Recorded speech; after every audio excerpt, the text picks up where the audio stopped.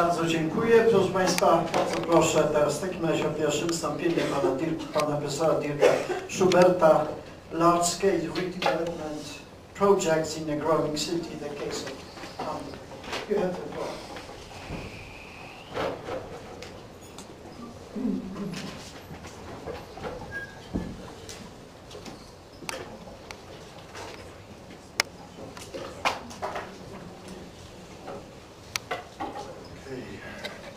Thank you for inviting me to lunch here again. And well, after lunch, it's hard work that you fall not asleep, but I do the best I can. I start with these two images from a journal published shortly before the financial crisis, and you can see the title Boomtown Hamburg in a way, but it's also related to the region, the Boomtown region of Hamburg, and you can see all the tower cranes, well, it's a picture taken some years ago. I'll tell you very briefly what you can expect in my presentation. I start with some information about the metropolitan region, some facts, and discuss the governance structures, and then I discuss the strategy of Hamburg as a growing city. I'll very briefly mention some important strategic large-scale redevelopment projects. I'll discuss the importance of the port and the most popular, most famous redevelopment project, the Hafen City project, some of the implementation challenges, and I'll end up with some conclusions. Well, you probably are familiar with this type of maps, and you can see on this map Gdynia is in the middle, the heart of everything, and Hamburg is at the periphery, but you can change these maps and then Hamburg gets in the center to offer a little bit of a comparative perspective when we compare Hamburg with Munich, for example, with Berlin or with London. There is one very important issue, that's the density. So when you have a look at this point, you can see in Hamburg we got a quite low density of about 2,350 persons per square kilometer. In Berlin it's nearly double the number, and even in London it's much higher, and also in Munich. So of course this is a chance, a big opportunity for infill strategies, which is also be used in Hamburg.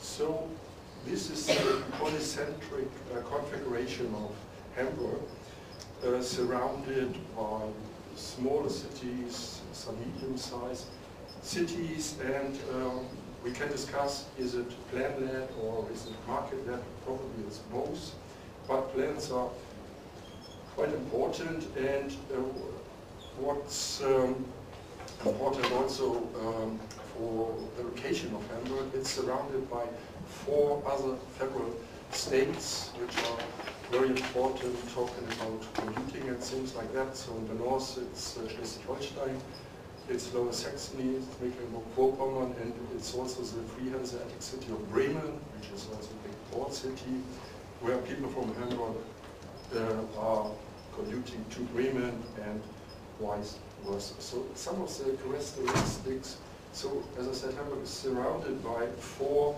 federal states, and that's quite complicated governance structures with many stakeholders involved. So we got 14 counties surrounding Hamburg, about 800 cities and smaller municipalities. In the metropolitan region we got about 4 million inhabitants. The size, and as already mentioned, in the region now there are about 216 inhabitants per square kilometer, the working population, unit per head, and businesses in this area. So in Hamburg, in the city-state of Hamburg, we got 1.8 million inhabitants. So the strategic framework for planning the metropolitan region is titled A Livable Region and a Dynamic Economic Area. And then there are different action fields: partnership, demographic change, shrinking, foster economic clusters, very important economic strategy, expand knowledge transfer, education, universities, things like that, tackle climate change, I will discuss it later, and also traffic and infrastructure, of course, are very important issues. So when we have a look at this spatial perspective now, you can see, well, this is the region, and you can see here on the left-hand side how people commute to Hamburg. It's a very important location for jobs, especially the port. And you can see also the ring of suburban areas around Hamburg where people are commuting to Hamburg for their jobs. And so this was a strategy developed in 1969, spatial development strategy, and you can see it's very much based on these axes, these transport corridors, which are very important at that time. And this is the one from 2000 called Regional Development Concept or Settlement Structure. And you can see that the other states are involved, and the perspective is to get a sustainable, resilient, diverse spatial perspective, not only for the city-state of Hamburg, but also for the surrounding areas. And well, this is the latest version of the latest planning perspective, spatial light build, a German word which is not easy to translate. In a way, the metropolis is city and region. And you can see here how the focus is done very much on intensification and to get more infill next to the city center. These are the areas mentioned in this spatial target, so intensification, infill, higher densities, mixed uses, but also deconcentration, and these are the priority areas which are localized in this plan. And so quite updated version of this plan, and here you can see how the most important areas are located, which got the highest priority, and you can see they're quite near to the city center and next to the port area. Again, the priority areas, and second point, Hamburg is a growing city. It's important to mention that Hamburg, especially in the east, is surrounded by areas with a decreasing, shrinking population. These are the ones in blue here. You can see it's a kind of a belt surrounding Hamburg here, the eastern part of Germany, with a shrinking population, and Hamburg here in red with a growing population. So that's a general picture, the demographics, people can know the shrinking population. And in a way, Hamburg is still growing, not only the city-state of Hamburg, but also the region. And here is a scenario for the population in the next future until 2020. And you can see there's a variety of these scenarios, but it's growing. It's growing also with inhabitants, but also with households, what's very important. But this was our mayor. Now he's not the mayor anymore. But in a way, he and his political colleagues were responsible for planning strategies like this. Hamburg as a growing city. This is a copy of a very important paper they published, and in a way, we were talking yesterday about the definition of growing city. So in Hamburg, the mayor made it crazy. He said, well, if there is a growing population, we got a growing city. So that's his definition. Of course, you can, when you talk about economics and other issues, it gets more complicated, not only talking about the inhabitants. So when you go to the internet, Hamburg growing city, you find images like this, and you find also a list of projects which are important. And I'll discuss very briefly these large-scale redevelopment projects. There was a development strategy already formed in 1990 by this famous planner Fritz Schumacher, and in a way he said, well, Hamburg is surrounded by Prussian cities like Altona, like Wandsbek, and like Harburg in the south, and it has in a way blocked development possibilities. So it cannot be developed to the south because it's Prussia, it cannot develop to the west, it cannot develop to the northeast. So his idea was a perspective like this, with these kind of axes you have seen already, based on transport corridors, with the port in the middle of the city, and that was his strategy, and that was the strategy still very, very important until the 1990s, and then it was in a way changed. You can see the focus was more led on this ring around the city center here, and then there came an idea to use this area, the geographical center of Hamburg, also as an urban center, not only of the city but also of the region. So in a way it was a kind of a paradigm shift, and now the strategy is a concentrated deconcentration. And some of the projects were important. So this is the area which is the geographical center. It's an island called Wilhelmsburg, and on this island they start 2 projects, the IBA, which means International Building Exhibition, and ITS, which means International Garden Show. They both happen in 2013, so if you want to visit Hamburg next year is a very good opportunity.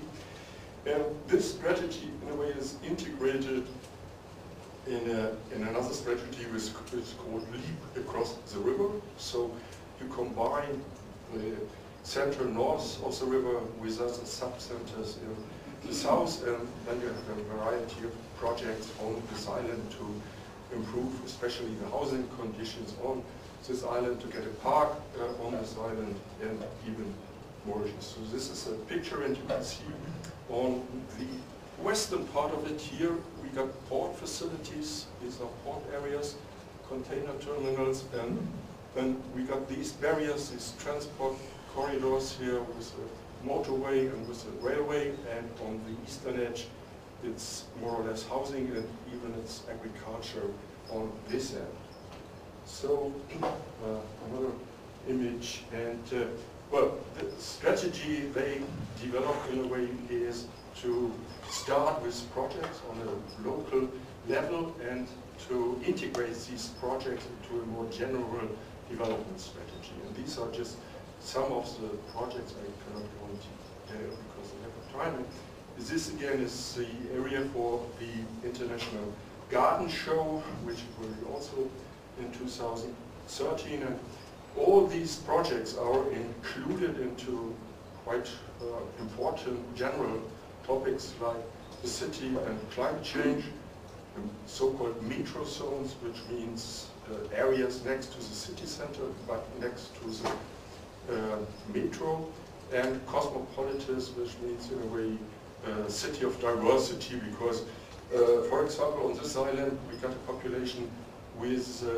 people from 80 different countries, so, and especially a high percentage of Turkish people, so a very mixed population. So very briefly, the transport corridors I mentioned already, there is a perspective that they will be put together.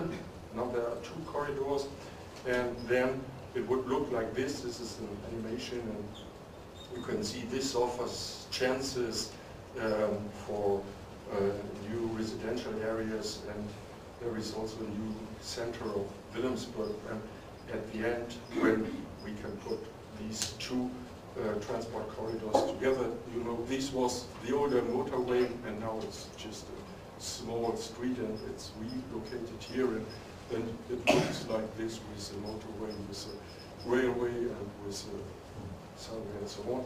But of course it's a lot of noise, and that's why some of the people don't want this project and refuse it. And anyway, but it's not a decision of Hamburg, because there is federal subsidy necessary, and the federal government has not decided yet about the project. So anyway, of course, it's very important for the perspective of Wilhelmsburg, but well, the decision is not made in Hamburg. And then there is another very important motorway, which is, people from the Port Authority say, which is absolutely necessary, combining the two motorways in the east and in the west of Hamburg for port uses. And of course there's a lot of fight, but it's also not the Senate of Hamburg who decides about this, it's also the federal government. Well, another very important development project is the relocation of the Altona station, one of the most important railway station, and the new station will be here in the north. And of course this project is very much based on a decision of the German railway company, and people in this area are waiting for this decision. So there was a competition, design competition, and many plans were made, but we have to wait for the decision of the federal government and of the railway company. And you can see how all these railway lands will be reused for other purposes, especially for housing. And it's a big opportunity because there's a big demand for housing, especially for affordable housing in Hamburg. Here you can see it, it's more or less empty, and but the starting point is the decision of the railway, and they are not making this decision. And another project is the covering of the motorway with 3 parts, also very, very expensive project, and again, the federal government is responsible for it, and the decision is delayed and delayed again. And at the beginning, it should be financed by 100% from the federal government. It would look like this. You can see here the motorway with 6 lanes, and afterwards could be a park. Housing is not allowed on the motorway, but there are chances to get the residential areas here next to the motorway because the noise is not that heavy anymore. But again, the federal government meanwhile has decided it should be a private-public partnership concept, and they don't have enough money to finance it. But all the plans are ready and could be started immediately, but well, it's quite expensive, and the first step has not been taken so far. This is another image just to show how the parks covering the motorway could look like, and how this opportunity for covering the motorway could offer a lot of chances. Well, these are just some renderings, and of course, well, people are very interested in this type of park because, especially in this area, there is not a lot of green space. Well, in 2011, Hamburg became European Green Capital, and these are just some of the indicators why Hamburg became Green Capital. And as I mentioned before, it's a low-density city with a lot of green space, with a river, with a lake, and these were the indicators why Hamburg won that prize, and well, a lot of ideas were developed in this context. So talking about the Port of Hamburg and the Hafen City project, probably you will know it. Well, as a starting point, it's important to mention that Hamburg is competing with other seaport cities. So this is Hamburg, it's competing with Bremerhaven, with Amsterdam, with Rotterdam, and with Antwerp. And you can see the yellow ones, these are smaller seaport cities, and there's a lot of competition going on to get the largest container ships to these ports. And well, it's not sure who will win. Well, this is the port area, and you may remember the other image. It's located in the next to the geographical city center, and these are some of the projects next to the ports that have already been started. So the Hafen City project, for example, and in the south, this area, dock port from the Prussian former port, and the green area is free port area, so there are fences surrounding this area, and these are areas for further port extensions in the future. So here again more detailed about all these future container terminals which will be built probably in the next future. And what's important to say is the river Elbe, Hamburg is located about 110 kilometers away from the Northern Sea. The river has to be dredged, and of course this causes a lot of ecological problems, and now the decision has just been taken that it should be done.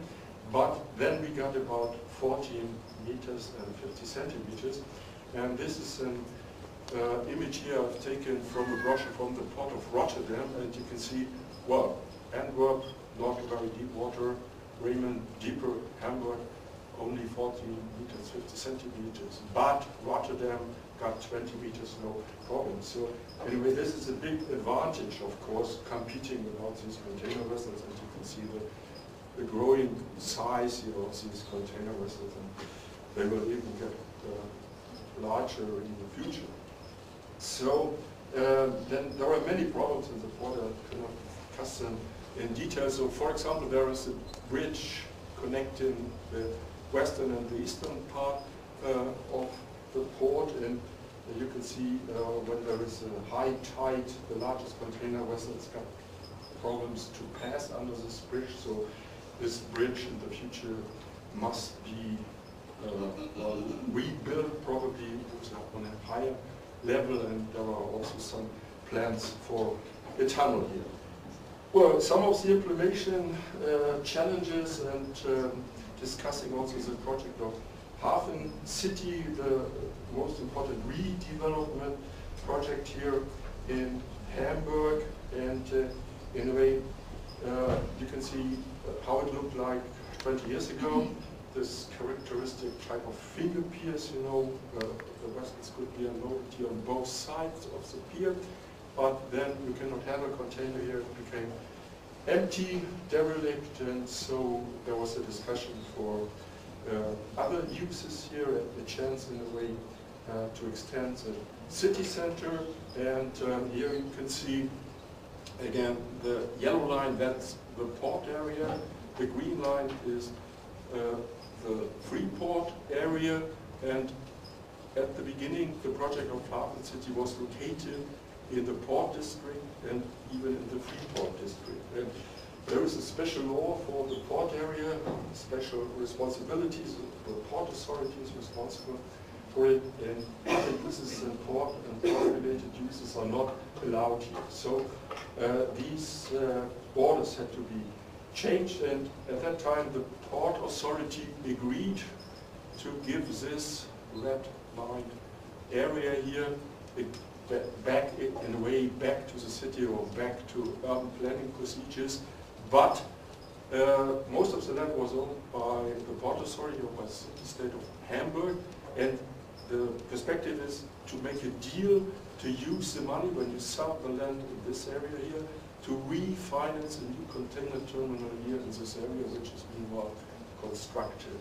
So in a way that was the first deal for several decades that parts of the port were given away for urban development, for urban redevelopment. And, well, these are just some figures about the area. It's 155 hectares, and I'll not go into detail. So there will be about 5,500 units, apartments, and about 40,000 jobs when the project is finished. It's underway now for about 10 years, and there is a development strategy. You can see the schedule. So we are about here, and more or less the area on the western side is already realized, but they have just started with projects here in this area. And well, it can be possible that it's finished in another 10 or 12 years. So step-by-step approach, but with a quite strong, clear strategy. And talking about management, it's a development agency which was founded 100% owned by the city-state of Hamburg. And this development agency is responsible for the development, for infrastructure, managing, marketing, selling the sites and so on. And the city center, and that's really a unique chance, is going to be extended about 40% here. And you can see this is another image of the eastern part of it, and here it will be more or less residential, and as I already said, there is a lot of big demand for residential, especially for affordable residential in Hamburg. Well, climate change is an important issue, especially for this area, because parts of it can be over-flooded, and it makes the project more expensive because flood protection and things like that are necessary, and it happens once or twice a year. And you can see here this type of steel doors which are going to be closed when a flood is coming, and this is a strategy for flood protection. You can see the level of land is going to be raised, but there are some parts which still can be overflooded. So this, for example, is a warehouse district with warehouses from the 19th century, and they are all listed, and it will be maybe World Cultural Heritage, so they cannot be changed.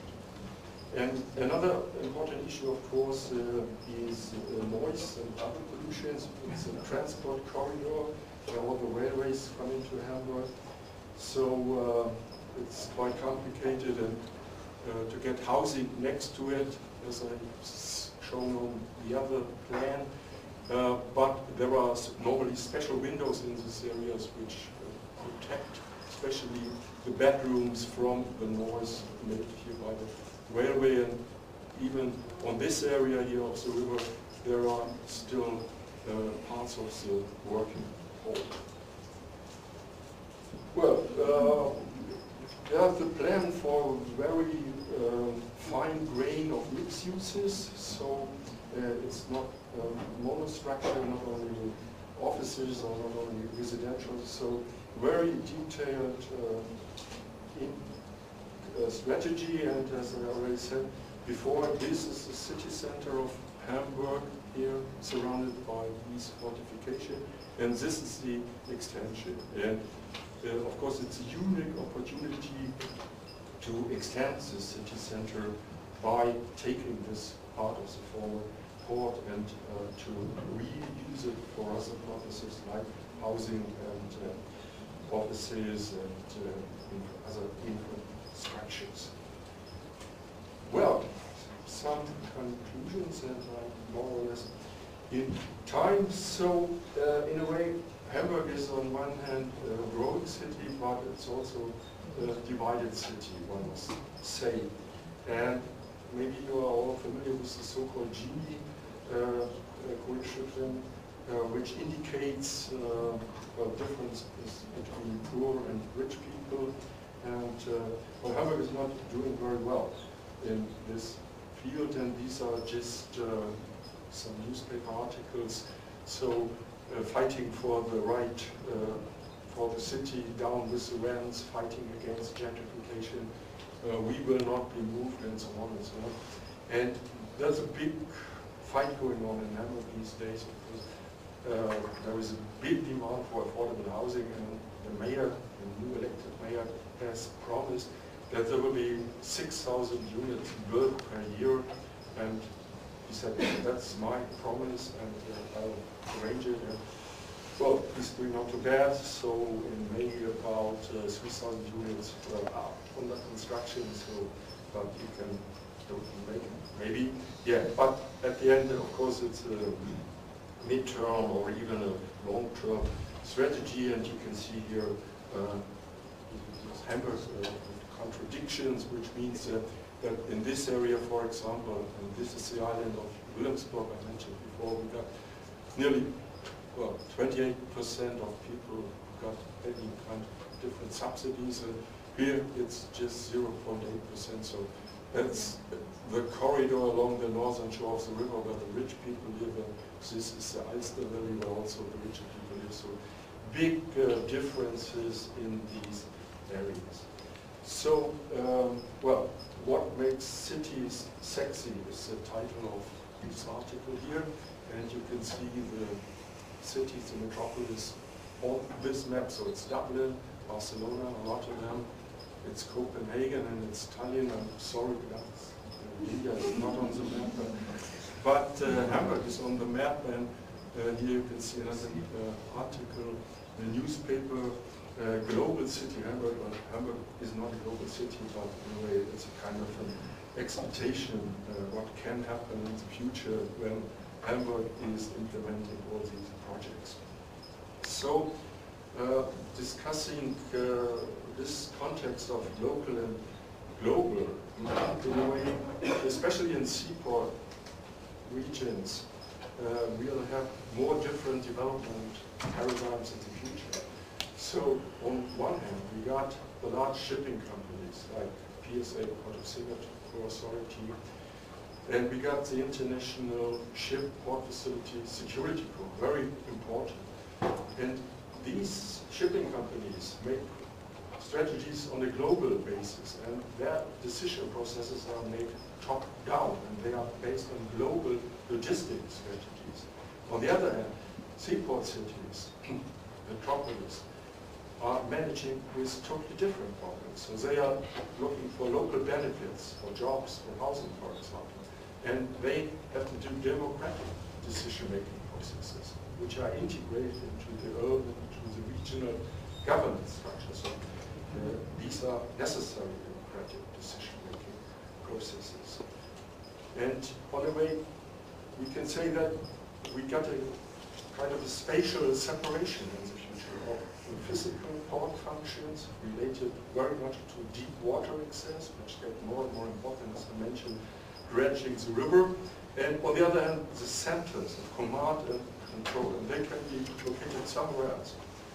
So explanations for the local built environment, the transformation of former port areas and waterfronts must be included in global decisions from these kind of global players, in my perspective. And this is a comparative image again about the location of the port. And you can see, in a way, Hamburg is quite unique because the port is located next to the city center. It's totally different in Chicago and New York. We just we'll hear it in the next lecture.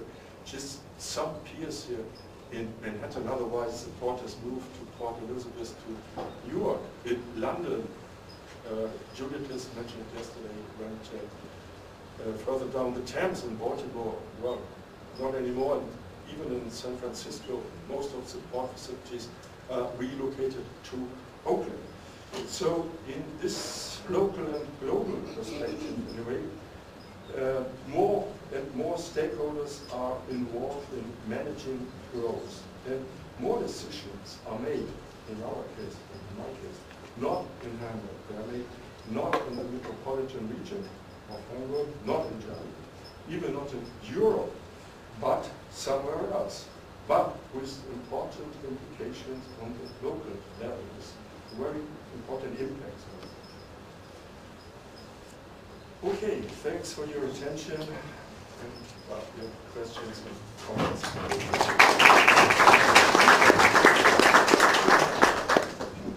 Thank you, Professor Schubert, for your very clear presentation on these impressive large-scale redevelopment projects in Hamburg. And now we have another distinguished guest, Professor Barry Hersh.